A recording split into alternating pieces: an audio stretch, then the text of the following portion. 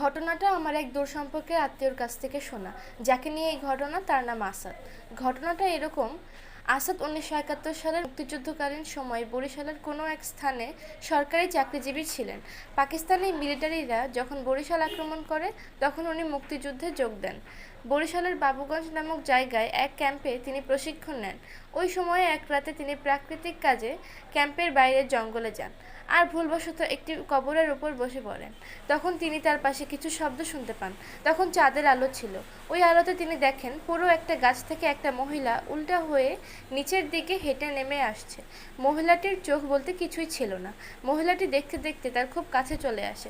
তিনি কি করবেন কিছুই বুঝতে পারছিলেন না, এমনকি দৌড় দেওয়ার শক্তিও হারিয়ে ফেলেছিলেন। তখন তিনি দেখেন মহিলাটির মাথা ফাটা, আর ফাটা জায়গা থেকে রক্ত ঝরছে। কিছু রক্ত কাপড়ে লেগে আছে আর চুলগুলোও এলোমেলো। মহিলাটি ওনাকে ধরার জন্য হাত বাড়ালে তিনি দৌড় দেন। কিছু সময় পর তিনি পিছে তাকিয়ে দেখেন যে কয়েকটি অনেক বড় আকারের কুকুর তার দিকে দৌড়ে আসছে। এটা দেখে তিনি আরও ভয়ে দৌড় দেন এবং একটা গাছের সাথে বাড়ি খেয়ে অজ্ঞান হয়ে যান। ক্যাম্পে ফিরছে না দেখে তার সঙ্গীরা তাকে খুঁজতে বের হয় এবং জঙ্গলের পাশে তাকে খুঁজে পায়। তার অবস্থা বেশি ভালো ছিল না, বিভিন্ন স্থানে লাল দাগ দেখা যায়। তার কিছুদিন পর তাকে তার গ্রামের বাড়িতে পাঠিয়ে দেওয়া হয়।